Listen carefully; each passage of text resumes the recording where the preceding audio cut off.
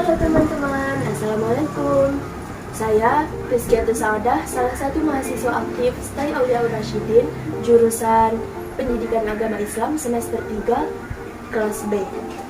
Nah, di sini saya mendapat tugas dari Ibu dosen Eni Maria Ulfa, SPDI MPD, untuk membuat video pengajaran. Saya mengambil judul Landasan Pengembangan Kurikulum. Baiklah, langsung saja kita bahas landasan pengembangan kurikulum. Landasan pengembangan kurikulum ada 4 landasan. Yang pertama landasan filosofis, yang kedua landasan psikologis, yang ketiga landasan sosial budaya, dan yang keempat landasan perkembangan ilmu pengetahuan dan teknologi. Nah, landasan yang kita bahas yang pertama, landasan filosofis. Apa itu landasan filosofis?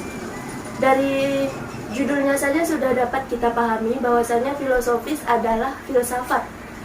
Artinya pengembangan kurikulum membutuhkan filsafat sebagai acuan atau landasan berpikir.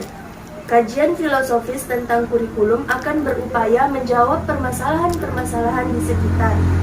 Misalkan, bagaimana seharusnya tujuan pendidikan itu dirumuskan. Ini berkaitan dengan komponen kurikulum yang pertama, yaitu komponen tujuan. Nah, yang kedua, isi atau materi pendidikan yang bagaimana yang seharusnya disajikan kepada siswa. Ini juga sama halnya seperti komponen kurikulum yang kedua, yaitu komponen isi atau materi. Yang ketiga, metode pendidikan apa yang seharusnya digunakan untuk mencapai tujuan pendidikan. Ini sama halnya seperti komponen kurikulum yang ketiga, yaitu komponen metode atau strategi. Nah, yang keempat, bagaimana peranan yang seharusnya dilakukan pendidik atau peserta didik, sama halnya seperti komponen yang keempat, yaitu komponen evaluasi. Nah, landasan yang kedua, landasan psikologis. Pengembangan kurikulum harus dilandasi oleh asumsi-asumsi yang berasal dari psikologi, yang meliputi kajian tentang apa dan bagaimana perkembangan peserta didik, serta bagaimana peserta didik itu belajar. Kondisi psikologis adalah kondisi karakteristik psikofisik manusia sebagai individu yang dinyatakan dalam berbagai bentuk perilaku atau tingkah laku dalam interaksinya dalam lingkungan sekitar. Nah, perilakunya merupakan ciri-ciri kehidupan yang tampak maupun yang tidak tampak, yakni perilaku kognitif, afektif, dan psikomotorik. Nah, kita masuk landasan kurikulum yang ketiga, yaitu landasan sosial dan budaya. Ada 2 pertimbangan sosial dan budaya dijadikan landasan dalam pengembangan kurikulum.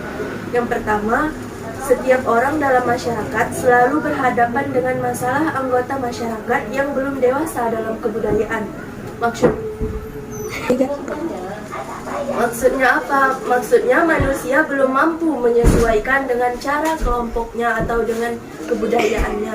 Yang kedua, kurikulum dalam setiap masyarakat merupakan refleksi dari cara orang berpikir, berasa, bercita-cita, ataupun kebiasaan-kebiasaan yang dilakukan oleh setiap individu dalam masyarakat.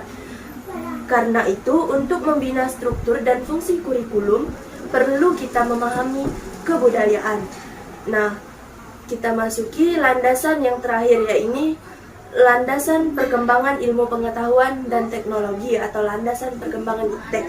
Perkembangan ilmu pengetahuan dan teknologi pasti mempunyai peran penting ataupun salah satu faktor dalam pengembangan kurikulum. Nah, perkembangan ilmu pengetahuan dan teknologi secara langsung berimplikasi terhadap pengembangan kurikulum yang di dalamnya mencakup pengembangan isi atau materi pendidikan, penggunaan strategi dan media pembelajaran, serta penggunaan sistem evaluasi.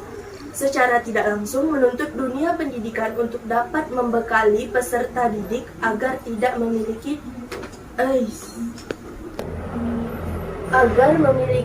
kemampuan memecahkan masalah yang dihadapi sebagai pengaruh perkembangan ilmu pengetahuan dan teknologi dalam dunia yang sedang mengglobalisasi ini. Selain itu, perkembangan ilmu pengetahuan dan teknologi juga dimanfaatkan untuk memecahkan masalah pendidikan. Nah, Itu dia keempat landasan pengembangan kurikulum. Sekian video pengajaran dari saya. Terima kasih sudah menonton sampai akhir. Dan mohon maaf apabila ada kesalahan. Billahi taufiq wal hidayah. Wassalamualaikum.